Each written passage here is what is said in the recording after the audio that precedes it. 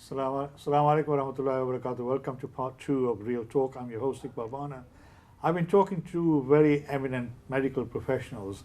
Dr. Fawad Samim was a consultant radiologist, and Samina Yunus, who's the consultant radiographer working at Pinderfields Hospital, the Mid Yorkshire NHS Trust, which is now the teaching trust as well. They've been very actively involved in a local campaign to try and raise funds for an MRI machine. Now, for people who, I'm sure many people will be familiar with an MRI machine. The hospital wanted to install a brand new MRI machine in order to get rid of the old one, which wasn't very efficient, and did not provide the details that consultants and doctors needed to provide better outcomes, health outcomes for patients. So they approached the Muslim community, and the Muslim community responded. It was a £6.2 million project. There were £5 million from the government towards the machine that they needed, and they were short of about £700,000. They tried to raise, some of the money was given by the trust themselves, but they were short about £250,000–300,000. Was it more than that, wasn't it? Yes. Yeah, and then the Muslim community, they tried to raise money through other organizations, non-Muslim organizations, but were not getting much response back. They contacted the Muslim community, and the Muslim community have raised over £150,000 towards this machine. But also at the same time, we're looking at whether that new machine will provide opportunities for CT scanning in the event of a death, what many people have asked for. Now, we have this CT scanning facility in many parts of the country already, and more are being developed. But with Pinderfields Hospital Trust, the discussions that are going on at the moment is that they would like to do it, but they have certain hurdles to cross. And I know Dr. Fawad has been a part of that discussion as well. So I know that the chair and the management team are very keen to say that once the machine is installed, we will try and do everything we can that in the event of somebody dying, where the coroner is accepting a CT scan, that they will try and accommodate that. Yes. Is that where we are at the moment still? Yes. So, as you say, when someone dies, whether the question is asked, can a death certificate be issued correctly or not? And if it can, then the person is moved forward to whatever burial arrangements that they may be. But if the coroner or, as in the near future, medical examiner decide that there isn't sufficient information or there are issues where a death certificate cannot be issued, then currently the only option available for, well, not largely the only option available for people is conventional post-mortem. Yeah, which is cut the body, take organs out, etc. And so, as you've said, many parts of the country are already offering what's called a non-invasive post-mortem or a CT scan post-mortem, which allows us to, again, scan the body like in a live person and try and work out what the cause of the death is. And if the scan manages to work out what the cause of the death is, then you can avoid the open post-mortem. Okay. Yes. As you said, a number of hurdles, so people need to be able to carry out this scan safely and effectively. So the people that are carrying out the scan need to be trained into how to carry out the scan. And those that report those scans need to be aware of what the appearances of certain causes of death look like on these scans. So once we've decided that yes, it's possible to carry out these scans, then we would need to train the people appropriately, and then hopefully in the near future offer these scans. So please make dua. There's a great effort taking place by the community as well as professionals within the NHS Trust itself. And also the management team, as I said, they're quite keen to try and see how they can address this particular need within the Muslim community. So make dua that inshallah this will work out. I mean, coming back to particularly the not just the Mid Yorkshire NHS Trust, but the NHS generally. The NHS is the largest employer in Europe, right, and has been for years and years and years. And people don't sometimes realize the variety of jobs and opportunities that exist in our community, in these NHS. And our community focuses particularly on doctors. As I call it, I forget what the Magic Five. I did a program 25 years ago about the Magic Five, which is doctor, dentist, lawyer, accountant, and I forgot the fourth one was, the fifth one was. But there are many areas of employment opportunities, aren't there? I mean, Samina, obviously, I just found out you were born in Cheshire, so and I asked her the question, why do you come to Yorkshire from Cheshire, and she said, a man brought me here, which is typical for a lot of Muslim women, or women in general. Now, obviously you worked in the NHS after you did your studies, etc. And people focus on doctors rather than anything else, you know. People who walk around with stethoscope. But there are other jobs like yours, which are equally important. Do you see, how important is it that the Muslim community, men, women, boys, girls, see that as a route to try and get some good professional jobs in the, you know, in the NHS? So for doctors to be able to do their job well, they need to be supported by a lot of other professions. Oh yes. So my profession belongs to a group of professions called allied health professions. Right. Okay, so that would be radiographers, occupational therapists, physiotherapists, chiropodists, speech and language therapists. So there's so many other professions that have support the doctors to be able to do their job. Right. And they are... You can provide the intelligence, I presume, is it? So they can do their job afterwards. That's well, we work alongside them. Right. I think none of us can do our jobs without each other. Yes. Right. A hospital can't function just with doctors. They need all these other professions. Oh yeah, they need nurses, porters, etc. They do absolutely Everything. to be able to do their job. Yes. So there's so many professions within a hospital, even not just, you know, sort of healthcare wise. There's admin support, accounting support, like I said, the porters. There's so many other professions that have to be there to make a hospital function, and there are lots of opportunities for other people, for people to come and find a profession within a hospital. And certainly I would promote it within our community for our, you know, boys and girls to look at professions within a hospital. You know, and they don't have to have done a healthcare background. Like I said, they could have an accounting background, they could have a clerical background, an admin type, you know, role. There is lots of things to be done in a hospital to support the care that goes on, because like I said, it's not just done by the doctor. They need a lot of support to be able to do their job. Oh, yeah, I think that's a very valid point, because, you know, you normally, when you go to the hospital, you see the doctor, but you don't see all the backroom staff and all the supporting staff, the professionals like yourself, who enable that, you know, that work to happen in a more proficient way. Now, obviously, doctors are being recruited from abroad. I know in the past, you know, 10, 15 years, they've had more efforts to try and get more people from abroad. Yeah. And as I said at the beginning, if it wasn't for the doctors who came here in the 60s and the 50s and the 60s and 70s, we wouldn't have a GP service as we know it at the moment. Absolutely, yeah. And there's a big shortage as well. So are they still recruiting abroad, or are they now sort of looking more locally? So as you said, I think the first sort of recruitment that happened many years ago were largely doctors and nurses. And so I think if you looked at the makeup of the sort of the ethnic background of the high professions was, you know, doctors and nurses, especially in the hospital. But what's, mashallah, really good to see now is, as Samina says, we have a lot more allied professional staff from the, you know, the Muslim background, ethnic minority backgrounds coming in. And as you've said, you know, it's important that we have, you know, women treating our women, you know, and so we need, you know, women from Muslim background to think about and, you know, come into the hospital and do all the many sort of professions. I believe there's more than 100 different professions that are available. Over 100? Yes. So Oh, I think wow. we did a little event recently in one of them in the mosques, and we got the hospital sort of medical staffing, well, the staffing team to come, and they told us, you know, that there are around, you know, 50 to 100 jobs at any one time sort of available or being advertised on the NHS Jobs website. Right. So anybody can go down there, put their postcode in, and see, you know, what the jobs are available, and you can, you know, you can arrange the jobs by whether you want one with 0 qualification or whether you want one with a really high qualification. And if I applied, I have to go for the 0 one. So, go on. Just say one of the, because we have quite a traditional community around Wakefield and Dewsbury, one of the things that the girls find is that they're not able to move away from home when they want to do a profession.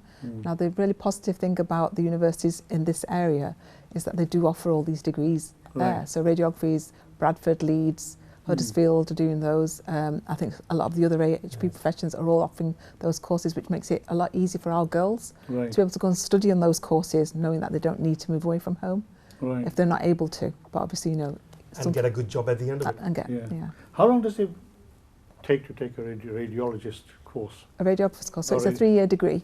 right? So you have to have your A levels or a BTEC or equivalent to be able to Right. study. So it's 3 years. 3 years, right? I mean, 3 years for somebody to get into a profession as a radiologist, As a radiographer. Radiographer is not that long in the scheme of things, is it?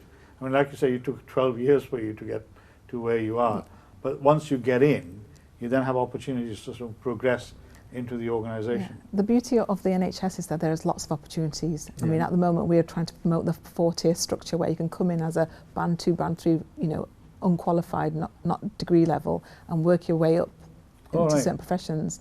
Right. So we have, So would they give you the opportunity to go and study? yes. Oh. So we've got the apprentice routes at the moment. Right. So we've got people who came in as a clinical support worker who are now training to become a radiographer, and Right. they've been supported by the hospital. So So there is they lots of pay you opportunity. as well as give you opportunity to go and get your Yes, qualifications. it's not for. They won't be for every single person that comes Yeah. in. Obviously, the opportunities arise, and you'll be able to apply for them. Right. But the hospital does support people to, get on with the Excellent, professions. excellent. They do offer in-house courses, management courses, other types of training that people can access. Right. I mean, that's really interesting. I mean, the other aspect that, we haven't touched on, and that is a hospital, the NHS is a massive buyer of services. I mean, they spend billions of pounds buying services from all sorts of organisations.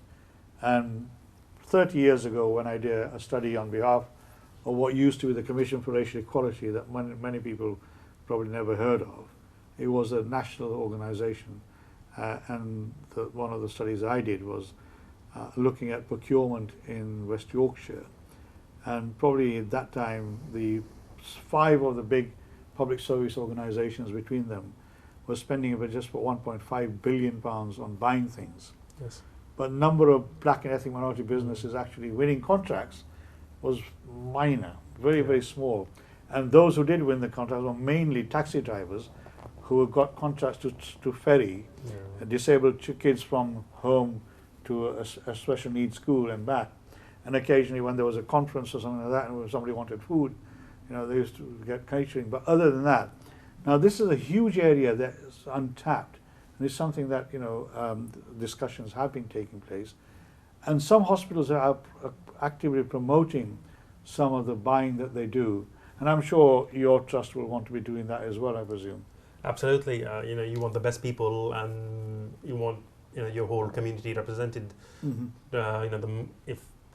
If you're having to employ someone from out of your community, then the money is going out of your community. But if you employ someone within your community, then the money stays in the community and benefits everybody. Exactly. So yes, like you say, there is a well sort of defined procurement sort of process for a lot of sort of services, and it would be great to have more local people, more Muslim people. And I think that's the message that a lot of businesses don't really understand and realize, because the Muslim community has got some opportunities there. If you go on the public procurement website, you'll get all the details there. The Muslim community has always been very closely associated with the NHS in the sense that we've not only had professionals, but I remember when COVID started, the chair of Leeds Teaching Hospitals, Trust Sue Pollard, is a friend of mine, and I sent her an email to say, if there's anything we can do, let me know. And she said, Iqbal, I need urgently 20 beds and mattresses, because staff were not going home to protect their families as well as the patients. They were staying at the hospital and they had accommodation but no beds. And one of my dear friends, Mrs. Razak, who runs Deluxe Beds in Huddersfield, I sent an email out to a number of businesses, and she very kindly, and also my friend Zafran from Somnia Beds, responded and said, Iqbal, just tell me how many we need. So I was told by the hospital that they needed 4 beds and mattresses in the next 24 hours. So Zafran very kindly delivered the 4 beds and mattresses straight away, and Mrs. Razak sort of delivered 20 beds and mattresses within 5 days. So the Muslim community has been very generous. Yes. And this is my friends, Allah bless you all for supporting the appeal that I started then. And obviously with the MRI machine, we've seen that the Muslim community is very, very generous. But there are opportunities there for people to look at not just receiving service, but actually offering their own products and services to the hospital as well. So they need to take that up. Now, again, coming back to, obviously we're focusing on Pinderfields and the Mid Yorkshire NHS Trust, But this applies to all the whole of the NHS, doesn't it? Yes. Not just in terms of jobs, not just in Pinderfields, but the whole structure is desperately looking for staff, aren't they? Yes. Right. Yes, and the situation with staffing is such that unable to recruit all the sort of people, then they're forced to look from abroad, Yes. and they've been actively going abroad in an attempt to sort of fulfill the staffing shortages that are sort of pretty endemic in the NHS. Mm. Now, obviously, becoming a doctor takes a long time. Mm-hmm. The training is quite intensive, isn't it? But once you get into the system, Yes. then the opportunities open up. Do you see young people going into GP service, or do you see young people going, because the GP service is completely different. They're independent, sort of Yes. self-employed professionals, whereas working for the hospital trust, you are an employee of another organization. Yes. I mean, I don't know, this is why I'm asking. Mm-hmm. Young people are coming into medicine, Yes. but do you see where they're going? Are they sort of gravitating towards the private GP practices, or are they coming into the hospital? I think the picture is pretty static. Right. Okay, about half the doctors that qualify at any one year sort of go out to the GPs, Mm-hmm. and they have a major shortage. Yeah. And I think there are some other elements that they need to sort out or are sorting out, but they have a chronic shortage of GPs. So I think about half the people that qualify sort of train towards the GP, and about half sort of go towards the hospital. Right. And in any one year, depending on sort of the feeling within the sort of the doctors, people go abroad or stay. Well, we've seen a lot of sort of doctors getting qualified and then going abroad because they see the better opportunities out there, Yes. right? So, I mean, obviously, that is something that the government needs to address. It's not something we can address. But, I mean, there is still opportunities for people to try and get something locally where their families are, rather than thinking of qualifying and then going abroad. But how difficult is it to get access to a medical school in this country? So the government has been slowly increasing the intake year on Right. year, but still it is far short of the sort of the demand. So I believe there are around 10,000 sort of medical student positions right. throughout the UK, but I think the number of applications are far in excess of the demand, and so I think over the years there's a system to allow people that have qualified from elsewhere to come into the UK and sit exams, and that's where the shortfall is usually made up through.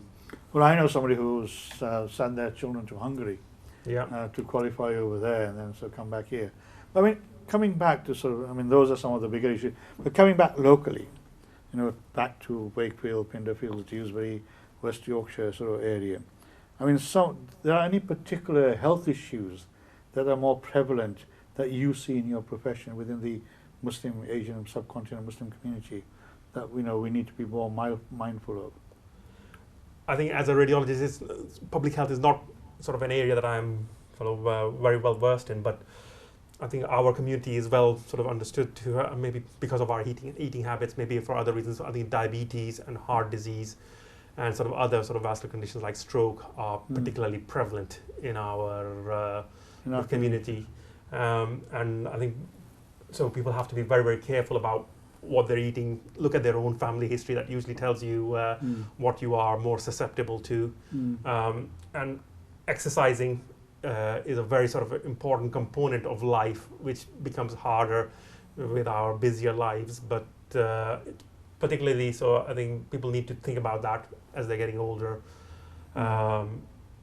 So, yeah, and I think be careful what you eat. Try to exercise and sort of have your keep your stress levels low.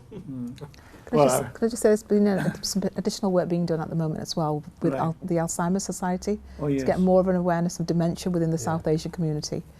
Which is so growing. that is something that needs to be addressed as Yes, absolutely. an issue as It well. is growing, isn't it? It's a major concern within our community at the moment.